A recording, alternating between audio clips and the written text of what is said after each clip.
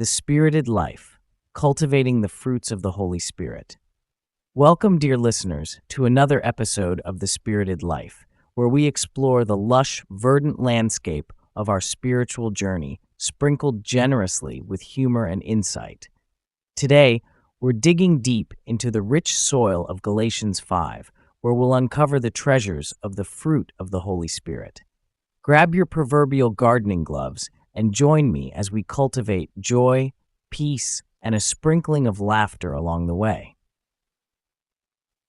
If you're expecting a seminar on the art of grocery shopping for organic produce, you might want to adjust your expectations. We're not headed to the farmer's market today. Instead, we're heading straight to Galatians 5, 1-23, where the Apostle Paul gives us a vivid, colorful list of the fruit of the Spirit. Now, I know what you're thinking. Fruit? Spiritual? Someone must have snuck a banana into the Bible. But in all seriousness, let's unpack this beautiful metaphor. In Galatians 5:22-23, Paul tells us that the fruit of the Spirit includes love, joy, peace, patience, kindness, faithfulness, gentleness, and self-control. Now, if we could harvest this fruit like we do in our backyards, we'd be on our way to a deliciously full faith smoothie. But why fruit, you ask?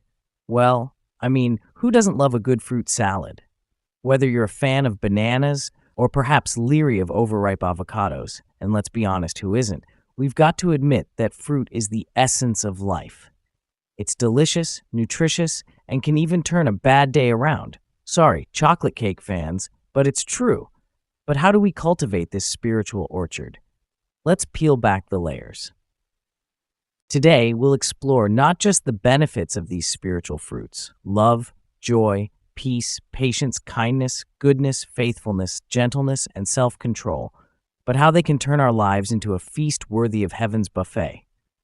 Galatians 5:22-23 tells us, "But the fruit of the Spirit is love, joy, peace, patience, kindness, goodness, faithfulness, gentleness, and self-control. Against such things there is no law." Here, the Apostle Paul is like our spiritual nutritionist, listing out the ideal ingredients for a hearty soul dish. Each fruit represents a vital characteristic, plain and simple. And believe me, when you're facing a day filled with traffic jams or leaking faucets, that fruit salad becomes your divine armor. And let's not forget about John 15:1-10, where Jesus elaborates on his role as the true vine. Imagine a tree with branches bearing the yummiest fruits. But wait, what happens when a branch, say a cashew branch, starts sulking and stops producing? Spoiler alert, it might as well start planning a sad parade. Jesus says that apart from him, we can do nothing. So for our spiritual productivity, we need to stay connected to the vine. Friends, the more we connect to Christ, the more fruit we'll produce. No shortage of heavenly mangoes here. Now, if you're asking yourself, how do I cultivate patience in a world where my internet takes longer to connect than a snail crossing a finish line? Don't worry. We all feel like that sometimes. In fact, patience might be a fruit that requires a little chit-chat with the Holy Spirit and perhaps a bit of waiting in line at the grocery store. After all, it's a divine exercise in self-control. Now, as we cultivate our spiritual gardens, we also need to wash out the weeds. Consider Isaiah 1:16 and Jeremiah 7:3-7, which charge us to cleanse our lives from sin. Picture a garden overrun with dandelions. It might look lovely from afar, but up close, it's a hot mess. Removing those weeds requires intention and honesty, things we always need to work on, especially when you've taken an unexpected detour straight to Denial Avenue. You can't plant a seed of anger and hope to harvest serenity, my friends. It's like expecting a chocolate fountain from a watermelon seed. It just won't happen. Speaking of pruning, Matthew 21:28 tells the parable of two sons, one who says he will go work in the vineyard but doesn't, and one who initially refuses but ultimately obeys. It's like saying you'll finally get around to cleaning out that closet you've been avoiding, and then finding a hidden stash of old clothes from the 90s instead. Action speaks louder than words. Just like fruit that's ripe, the real proof of our faith is in our actions. So, let's not just talk the talk, let's walk the walk. Or should I say, let's branch out. Paul writes to the Ephesians in Ephesians 5, verse 1 to 21, we're called to be imitators of God, living a life filled with love and light. Imagine if everyone bore the fruit of kindness. Just think how our world could shift from chaos to calmness, like transforming from a three-ring circus to a peaceful Sunday picnic. We're not just here to collect fruit.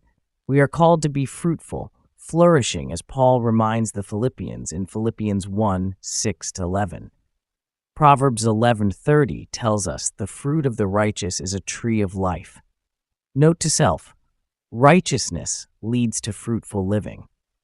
And what about Philippians 1, 6 to 11? It beautifully promises us that he who began a good work in us will carry it on to completion. Hang in there, you're on his tree of development, and trust me, pruning happens for a reason. So don't lose heart. Even the apple tree looks a bit bare in winter before it bursts into bloom. A call to action. Let's not forget the gentle reminder in Ephesians 5, 1 to 21, urging us to walk in love. In a world that's got more drama than a soap opera finale, we can choose to sprinkle kindness like confetti. Remember, folks, fruits don't grow overnight, and neither do we. It's the daily walk, the daily nourishment, and the connection to the true vine that truly matters. So how do we know we're hearing from God as we nurture our spiritual garden? Well, John 10:27 tells us, "My sheep hear my voice." It's all about the connection. When we branch out into the Word, into prayer, and into fellowship, we begin to discern His voice more clearly. It's like hearing a familiar, making your heart skip a beat love song on the radio. Believe me, you'll know when it hits you. So let's take this week to reflect on the fruit of the Spirit. Let's ask ourselves, are we cultivating love, joy, peace, patience, kindness, goodness, faithfulness, gentleness, and self-control in our lives? Or are we just climbing the tree for the occasional banana? Friends, let's be diligent caretakers of our gardens. Let's bear fruit that blesses ourselves and others, a harvest that truly reflects the love of Christ. As we close today's episode, inspired by John 10:27, let's make it our aim to listen for His voice. He's beckoning us to produce abundant fruit, that sweet, soul-nourishing bounty that others can taste and see. But let's not forget the vital role of prayer and community in this process. Hebrews 6, 1 to 7 speaks about moving forward in faith and not stagnating in our spiritual lives. And how do we nurture one another? By being there for each other, by being those branches that hold each other up. Like Proverbs 11:30 says, the fruit of the righteous is a tree of life. Together, we can be that tree, offering shelter and sustenance to those who seek. Outro. Thank you for joining me today on The Spirited Life. May you leave today with the courage to cultivate the fruits of the Holy Spirit in your life. Until next time, keep your spiritual gardens thriving. And remember, life is too short not to enjoy some heavenly fruit salad sprinkled with laughter.